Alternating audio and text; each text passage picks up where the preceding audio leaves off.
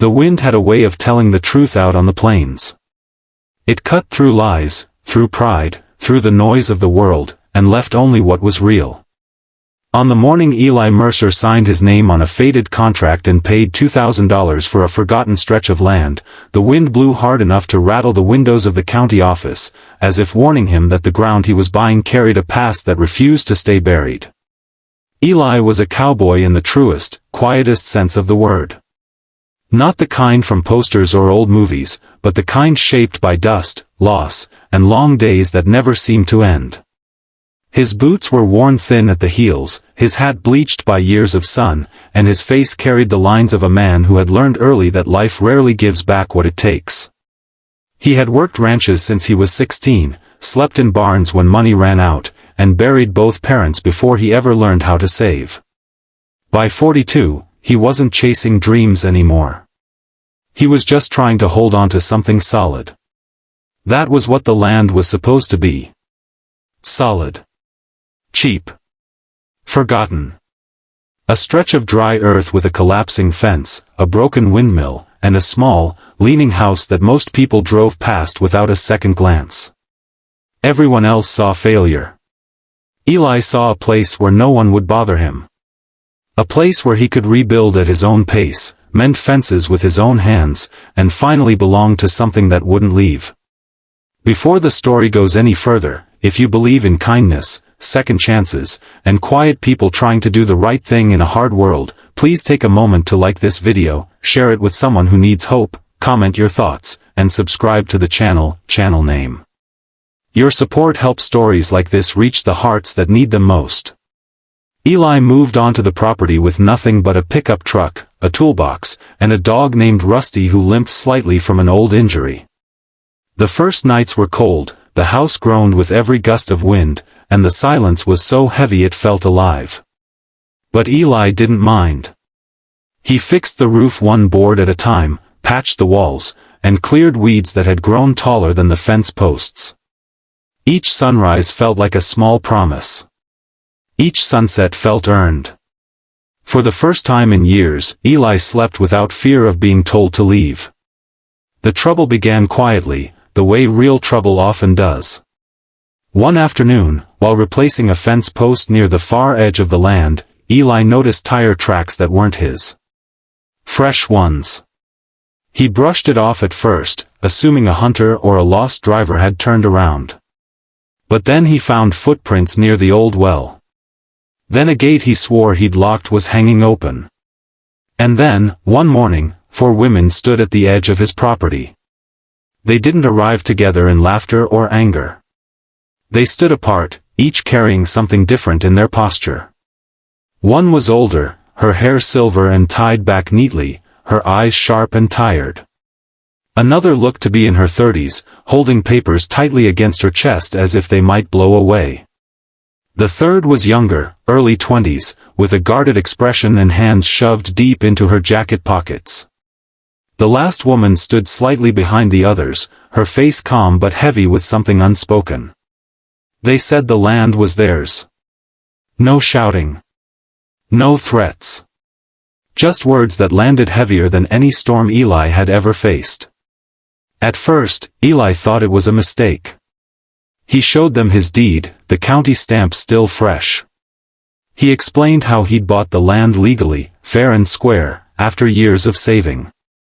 The women listened, but their expressions didn't change. The older woman finally stepped forward and explained that this land had belonged to their family generations ago.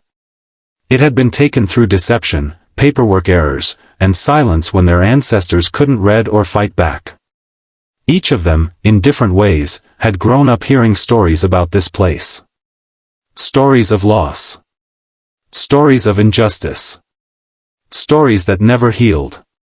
They hadn't come to threaten him. They had come because they had finally found the courage to reclaim what they believed was stolen.